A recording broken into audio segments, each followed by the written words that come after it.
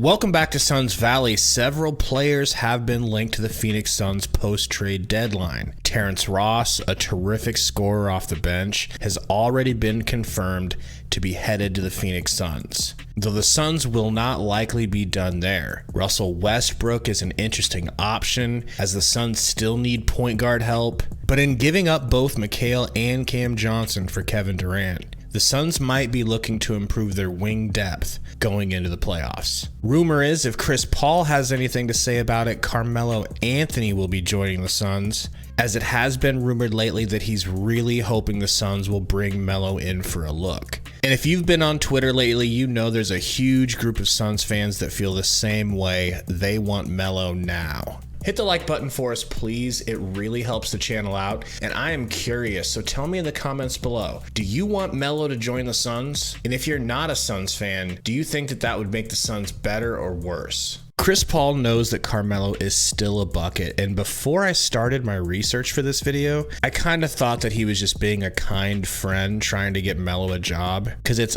obvious Melo still wants to be in the NBA. But considering it's only been half of a season that Melo has missed, and he has been steady averaging like 13 plus points per game the last few seasons, maybe Chris Paul isn't wrong after all. But Carmelo being a bucket is not my concern. I'm worried about his legs. I'm worried they're dead at the age of 38, and he just won't have it defensively enough to be worth a roster spot in the playoffs. The Suns have so many scoring options already, and they only have so many roster spots. I feel personally like the Suns should use these remaining spots on more defensive-minded players. Although I can't lie, Carmelo is intriguing. In his last season with the Lakers, Carmelo Anthony was shooting just under 38%. And deploying him off the bench with Damian Lee and Terrence Ross, the Suns could potentially run teams off of the court by having a bench unit that could either extend leads or at least not let leads dwindle, which is something I think the Suns have had issues with this season. I suppose an important question would be, do you feel comfortable enough with Torrey Craig, Josh Okogie, and Ish Wainwright defending the best wings on opposing teams? And of course, Bismack?